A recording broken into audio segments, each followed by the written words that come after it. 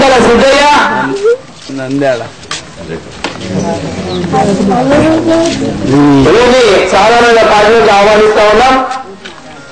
వహిస్తున్న గ్రామ అధ్యక్షుడు రాజేందర్ గారికి, మండల పార్టీ అధ్యక్షుడు సోదరులు మహేందర్ రెడ్డి గారు, యువశక్తిని చాటుకున్న మండల టీఆర్ఎస్ పార్టీ యువజన విభాగం అధ్యక్షుడు కమలాకర్ గారు, ఈరోజు పార్టీలో యూత్ అసోసియేషన్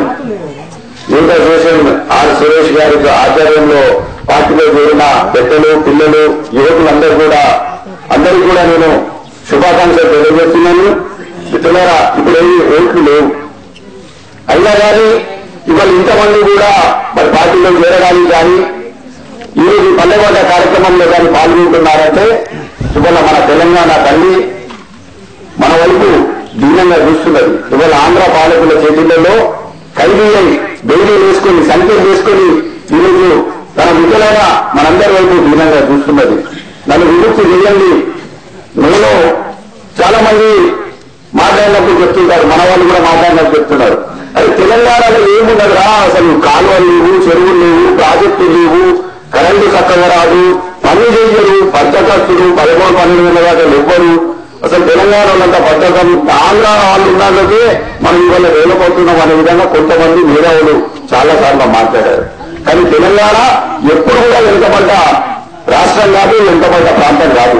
ఇవాళ కృష్ణా గోదావరి నదీ జలాలతోనే ఆంధ్ర ప్రాంతంలో సంవత్సరానికి 3 పంటలు పండిస్తున్న కృష్ణా గోదావరి నది మన తెలంగాణ ప్రాంతంలో 70% కృష్ణా గోదావరి మన తెలంగాణ ప్రాంతంలో ఉంది. కానీ అందరిలో అన్ని ఉన్నా అల్లు నోట్లో చేయన్నట్టు ఇవాళ మన నాయకుల పాపం వల్ల ఇవాళ కృష్ణా గోదావరి నదీ జలాలు మన పంట పొలాలకు కానీ మన వెంటు తలుపుకోవడానికి కానీ ఇవాళ ఉపయోగపడుతులేదు. అదేవిధంగా బొగ్గు మన రామగుండంలో ఉత్పత్తి అవుతున్నది. ఆ బొగ్గును తీసుకుపోయి విజయవాడలో కరెంటు ఉత్పత్తి చేసి కరెంటు అక్కడ వాడుకున్న తర్వాత మిగిలిన కరెంటును మనకు ఇస్తున్నారు. ఇక్కడ నుంచి బొగ్గును లక్షలాది కోట్లాది రూపాయలతో తరలిస్తున్నారు ట్రాన్స్పోర్ట్ ఛార్జ్.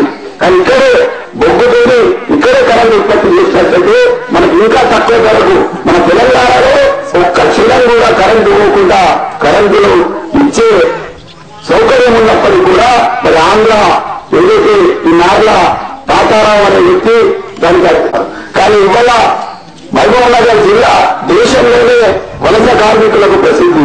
మహబూబ్నగర్ ఎక్కడ పనిచేసినా కానీ కష్టపడి పనిచేస్తారని మన తెలంగాణ వాళ్ళు ఇవాళ గల్ఫ్ ప్రాంతానికి వెళ్ళిన తెలంగాణ వాళ్ళు కూడా అక్కడి రాజులు మరి తెలంగాణ వాళ్ళు అంటే ఆంధ్రప్రదేశ్ తెలుగు మాట్లాడే వాళ్ళు వాళ్ళకి ఆంధ్ర వాళ్ళు ఎవరు ఊరు మన తెలంగాణ నుంచి అక్కడికి వెళ్ళే కష్టపడి పనిచేస్తారు, బాగా పనిచేస్తారనే విధంగా అక్కడ పేరొచ్చింది.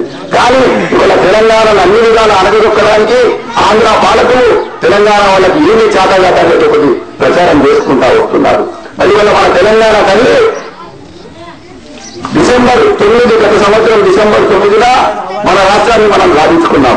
దాన్ని సాధించుకోవడానికి కేసీఆర్ గారి ఆధ్వర్యంలో 10 సంవత్సరాలుగా చేసిన కార్యక్రమాలు, పంట కష్టము ఎక్కని గడపలేదు, మొక్కని కాళ్ళు అనే విధంగా తెలంగాణని స్థాయికి తీసుకొచ్చి చివరికి తన ప్రాణాలను పణంగా పెట్టి అమరణ నిరాహార దీక్ష చేపట్టినప్పుడు మరి ఆ రోజు 2 రోజుల ముందు డిసెంబర్ 7న అసెంబ్లీలో అఖిలపక్ష సమావేశం ఏర్పాటు చేసి Chandrababu Naidu, Chiranjeevi, Congress party D Srinivas, communist party Narayana, CPM అందరూ కూడా రాజులు అందరూ కూడా మాట పెట్టింది, కేంద్రం తెలంగాణ ఇస్తే మేమందరం ఇలా అభ్యంతరం చెప్తాం, దానికి మద్దతు ఇస్తాం.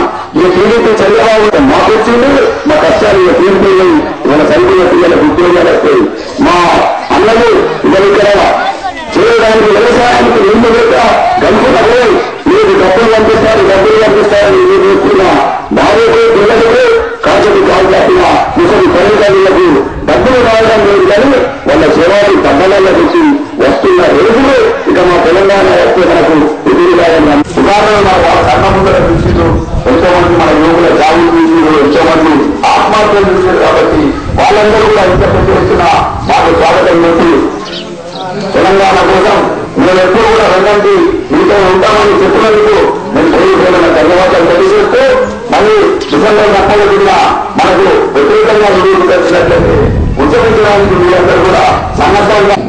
మిత్రులారా, నేను ఎక్కువగా వివరంగా వెళ్ళదలుచుకోలేదు, ఎందుకంటే ఎందుకంటే పెద్దలు రవీందర్ రెడ్డి గారు మల్లన్న గారు చెప్పారు, ఇంకా మీ విద్యార్థి నాయకులు కూడా మాట్లాడేది కాబట్టి నేను ఒక 2-3 విషయాలు చెప్పి ముగిస్తాను. ఈరోజు కేసీఆర్ గారు అమరణ నిరాహార దీక్ష చేసిన, మేమందరం కూడా పల్లెపాట కార్యక్రమం చేసిన, అన్ని కూడా కేవలం మీ భవిష్యత్తు కోసమే. ఎందుకు చెప్తున్నానంటే ఈరోజు విద్యార్థి లోకం ఈరోజు తెలంగాణ కోసం ఉద్యమిస్తుంది. ఇవాళ ఉస్మానియా యూనివర్సిటీ తెలంగాణ ఉద్యమ కేంద్రంగా మారింది అంటే ఇవాళ వాళ్ళ భవిష్యత్తు కోసమే. ఈరోజు కేసీఆర్ కానీ టీఆర్ఎస్ పార్టీ కానీ ఇవాళ అన్ని రాజకీయ పార్టీలు జై తెలంగాణ అంటున్నాయంటే యువకుల భవిష్యత్తు కోసమే. వాళ్లకు ఉద్యోగాలు రావాలన్నా, వాళ్ళ జీవితాలు బాగుపడాలన్నా తెలంగాణ ప్రత్యేక రాష్ట్రం వస్తేనే బాగుపడతాయన్న ఉద్దేశంతో ఈరోజు ఎన్ని కార్యక్రమాలు జరుగుతున్నాయి. కాబట్టి మరి ఆ లబ్ధి పొందే మీరు కూడా ఉద్యమాల బాట పట్టి తెలంగాణ మన ఛానల్ వచ్చినాక చాలా విషయాలు మనకు కూడా తెలియని విషయాలు ఈరోజు మనకు జరుగుతున్నాయి. ఇవాళ రామగుండంలో బొగ్గు నిక్షేపాలు ఇంతగా జరుగుతున్నా ఈరోజు కరెంటుకు మన తెలంగాణ చాలా ఇబ్బందులు పడుతున్నాయి. బొగ్గునంతా కూడా విజయవాడకు తీసుకెళ్లి అక్కడ కరెంటును ఉత్పత్తి చేస్తున్నారు. లక్షలాది రూపాయలు, కోట్లాది రూపాయలు ఇక్కడ వెచ్చించి ట్రాన్స్పోర్ట్ ద్వారా బొగ్గును అక్కడ తీసుకుపోయి కరెంటును ఉత్పత్తి చేసి నాణ్యమైన కరెంటును ఆంధ్ర వాళ్ళు వాడుకొని మనకు లో వోల్టేజ్ని అక్కడ వాడుకున్నాక మిగిలిన కరెంటును మన తెలంగాణ ప్రాంతానికి ఇస్తున్నారు. ఇవాళ ఎన్టీపీసీని మన తెలంగాణలో ఉన్న ఎన్టీపీసీని నేషనలైజ్ చేశాడు, జాతీయ దేశాలు ఉంది. కాబట్టి మీరు ఏ విధమైన ఆత్మహత్యలు లాంటి చర్యలకు, ఎందుకంటే మీరు లేని తెలంగాణ అవసరం లేదు. ఈ తెలంగాణ ఏర్పడితే మీకోసం, మీలాంటి విద్యార్థుల కోసమే ఈ తెలంగాణ రాష్ట్రం కోసం టీఆర్ఎస్ పార్టీ పోరాడుతున్నది. కానీ మీరు ఆత్మహత్యలు చేసుకుని మీ తల్లిదండ్రులకు కడుపు ఘోషను పెట్టినట్లయితే రేపు తెలంగాణ రాష్ట్రం వచ్చినాక కూడా మీ తల్లిదండ్రులు ఎవరు కూడా